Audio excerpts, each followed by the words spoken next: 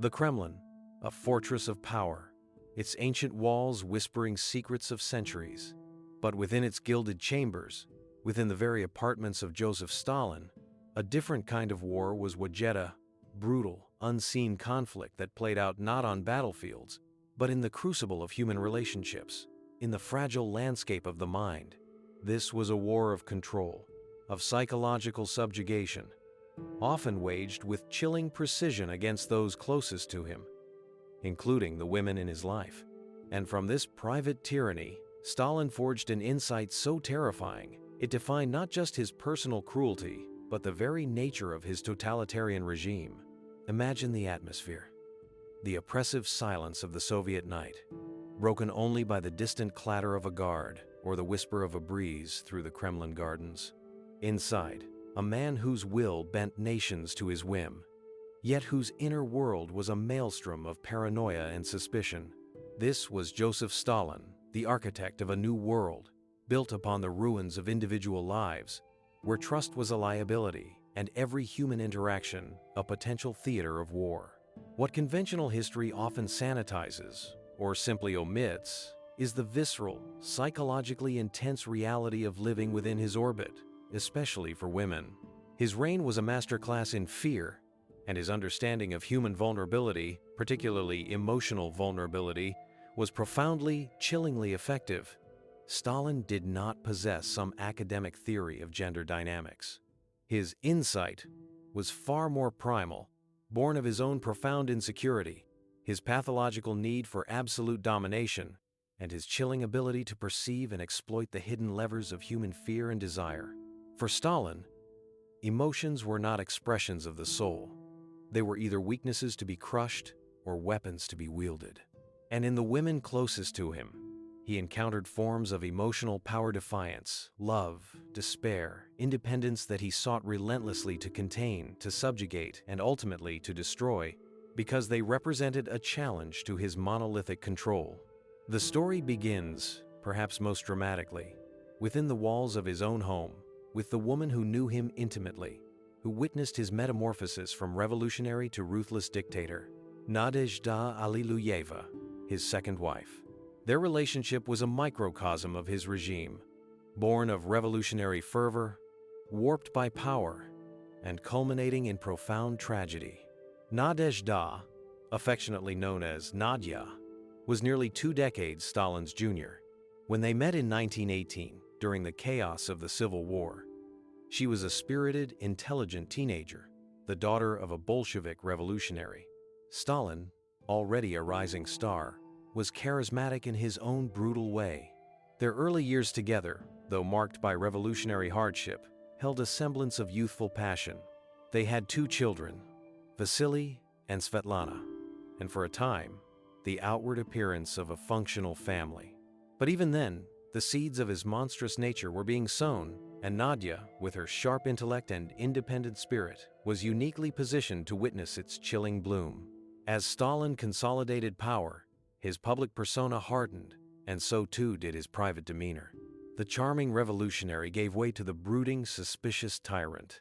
Nadia, however, was not content to be merely the wife of a powerful man. She pursued her own education, studying textile engineering at the Industrial Academy in Moscow. This was no mere hobby. She immersed herself in her studies, often spending nights in student dormitories, engaging in lively political discussions. This independence, this desire for a life beyond Stalin's shadow, was a constant irritant to him. Nadia was also fiercely principled. As the 1930s dawned, bringing with it forced collectivization, widespread famine, and the first brutal waves of purges, Nadia became increasingly distraught. She received letters from friends and family, detailing the horrors unfolding across the Soviet Union. She saw the faces of starving peasants, and heard the whispers of mass arrests. Unlike many in the Kremlin elite, she could not, or would not, simply ignore the suffering.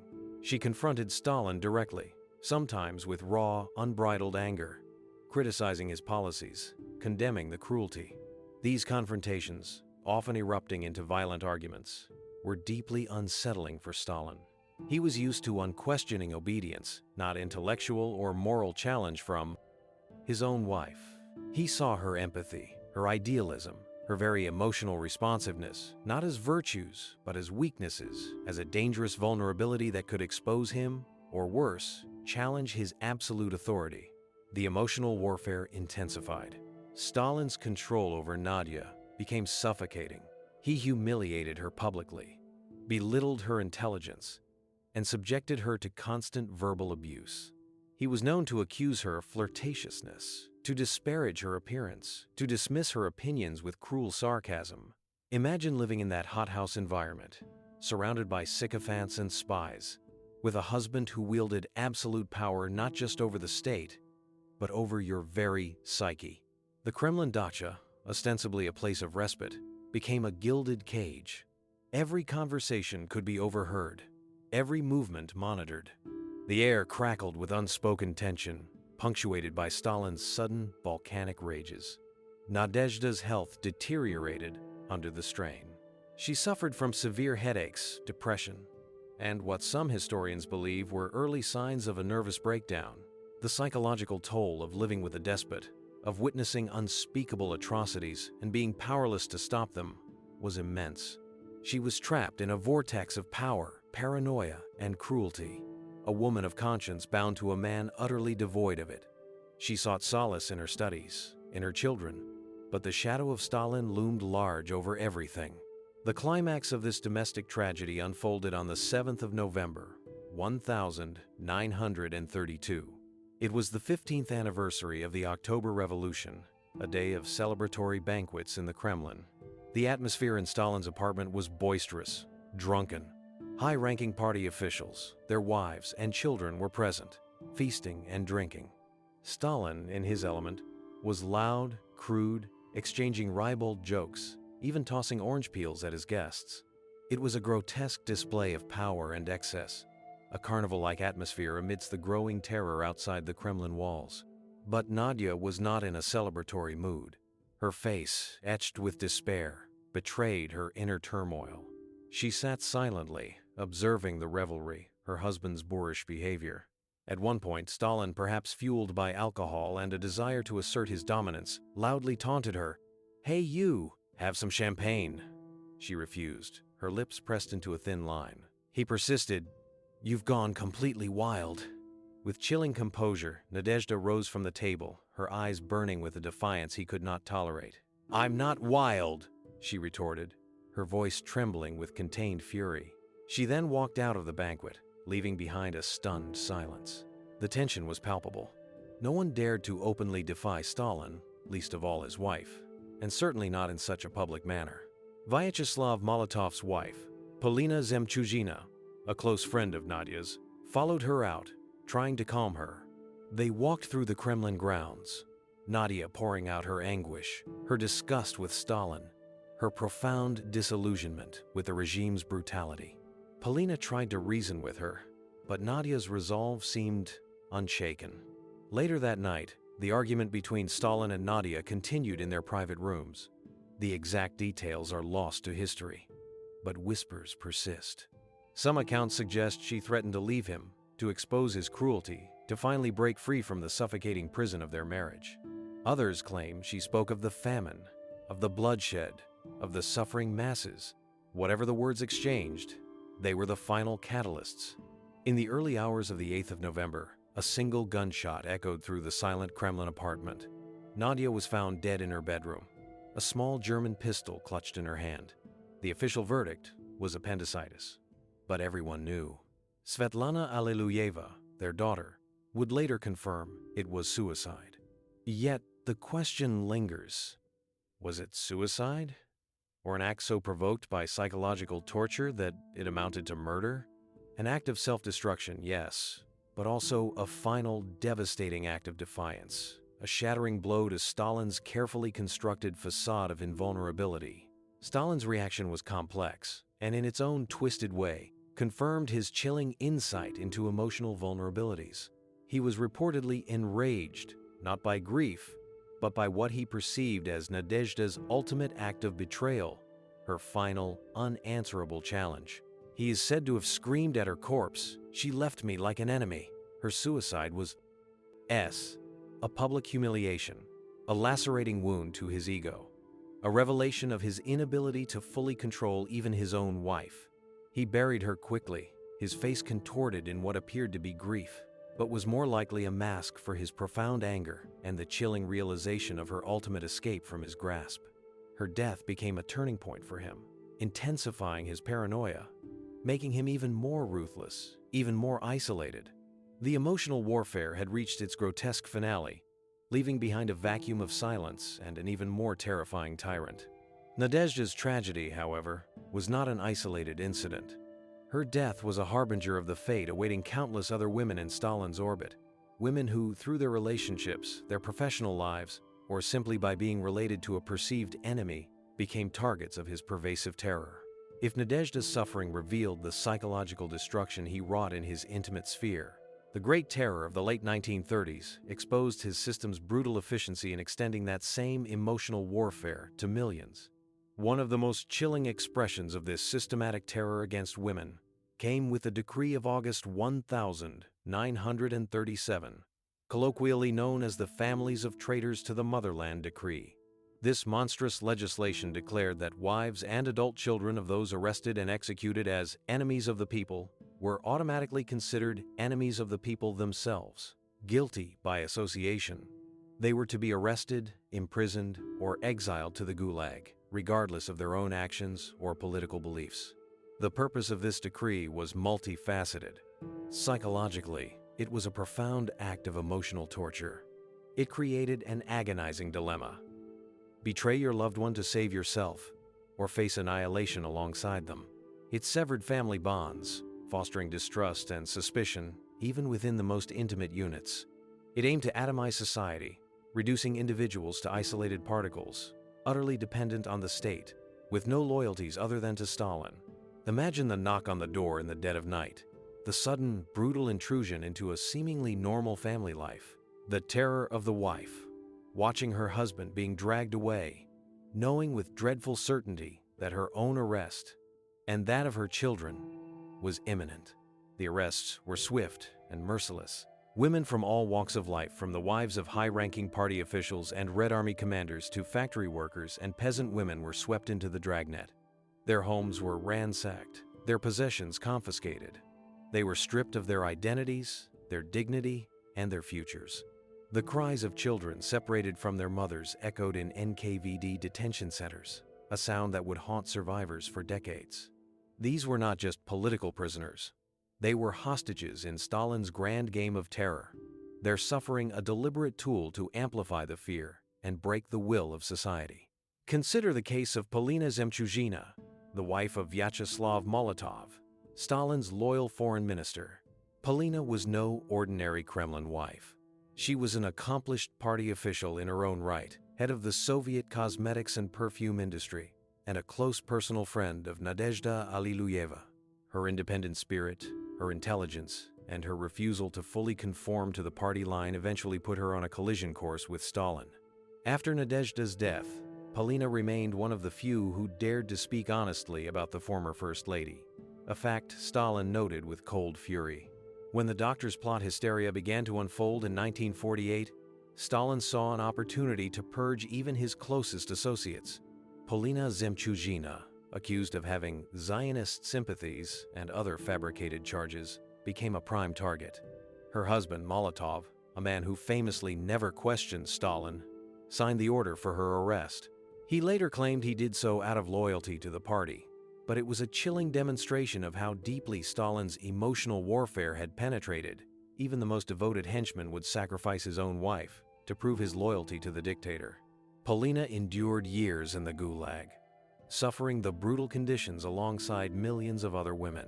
Her story, though unique in its high-profile nature, was a horrifying echo of the experiences of countless ordinary women.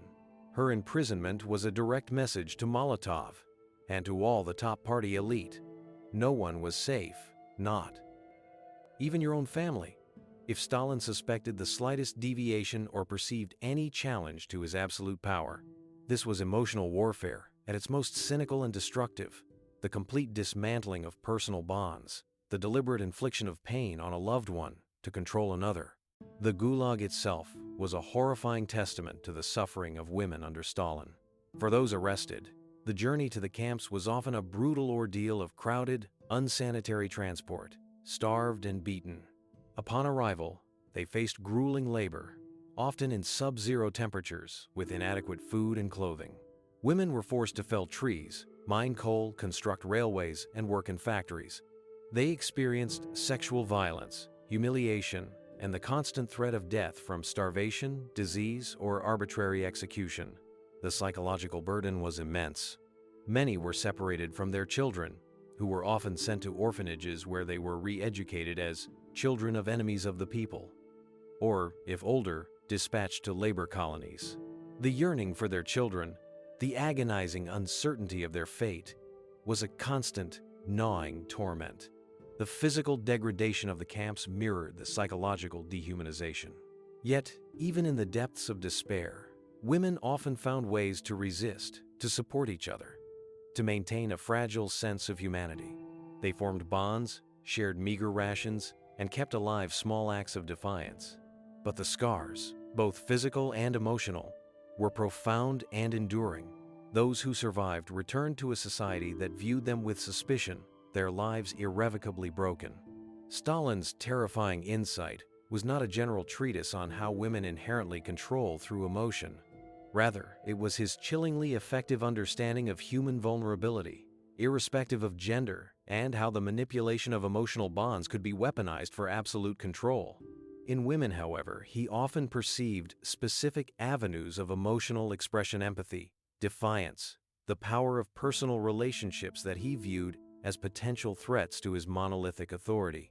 He understood that for a man, especially one in power, a wife could be a source of solace, but also a potential weakness, a conduit for outside influence, or even, as in Nadezhda's case, a moral mirror reflecting his own monstrousness. He saw how the emotional bonds of family could be used as leverage against his male subordinates, ensuring their absolute loyalty by threatening the lives of their wives and children. This was not a nuanced understanding of women's inherent power, but a cold, clinical analysis of vulnerabilities within his system of total control. Stalin's own psychological landscape was one of profound insecurity, pathological paranoia, and an almost complete absence of empathy. He projected his own duplicity and suspicion onto everyone around him. For him, every relationship was a power dynamic, every interaction a potential battleground. Emotions, therefore, were either tools to be used or dangerous liabilities. His emotional warfare against women manifested in several ways. 1. Isolation and dehumanization. ****. By separating wives from their husbands, mothers from their children, he aimed to break their spirits, to render them utterly alone and vulnerable, stripped of the very relationships that provided comfort and strength. 2. Public humiliation and gaslighting. ****. As seen with Nadezhda, he reveled in demeaning those around him, psychologically twisting their perceptions of reality until they doubted their own sanity. This was a direct assault on their sense of self-worth and autonomy. 3. Exploitation of fear. ****. The fear of arrest, imprisonment, and execution was omnipresent. But for women, this fear was compounded by the threat to their children, a primal terror that few could endure. This was his ultimate weapon, a form of control so absolute that it annihilated hope. 4. The crushing of dissent. ****. Women like Nadezhda, who dared to voice dissent or even concern, were met with relentless psychological pressure, designed to break their will and silence their voices. Their emotional distress was not a signal for empathy, but an indication of a weakness to be exploited or a defiance to be crushed. The terrifying insight, then, was not about how women inherently wield emotional control, but about how Stalin, in his monstrous genius for psychological manipulation, understood and brutally exploited all human emotions, especially those he saw as vulnerabilities, to solidify his absolute power. He saw how emotional bonds could be sources of defiance, how compassion could lead to dissent, how love could be a loyalty that superseded loyalty to the state.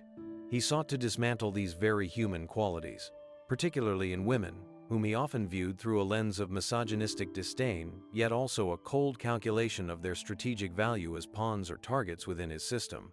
His reign was a masterclass in breaking not just bodies, but souls. The systematic use of emotional torture, the deliberate destruction of families, the pervasive climate of fear, all stemmed from this chilling insight. It reduced individuals to mere shadows in a tyrant's game, their suffering a tool, their despair a triumph for his power. The enduring legacy of Stalin's regime is not just the millions dead, but the generations scarred by this psychological violence. The women who survived carried the weight of their experiences, their losses, and the pervasive fear that permeated every aspect of their lives. They bore witness to a system that turned human emotions into weapons, intimate relationships into battlefields, and love into a liability. From the quiet tragedy of Nadezhda Alliluyeva, swallowed by the paranoia of the Kremlin, to the countless women who vanished into the Siberian wasteland for crimes committed by others, Stalin's terrifying insight was a testament to his unique capacity for cruelty.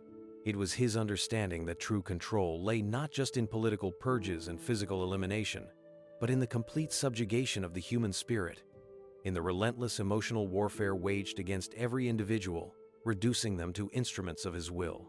The ultimate terror was not just physical death, but the psychological annihilation that preceded it, reducing individuals to mere shadows in a tyrant's game. His reign was a masterclass in breaking not just bodies, but souls, leaving an indelible mark on the human psyche that resonates even today.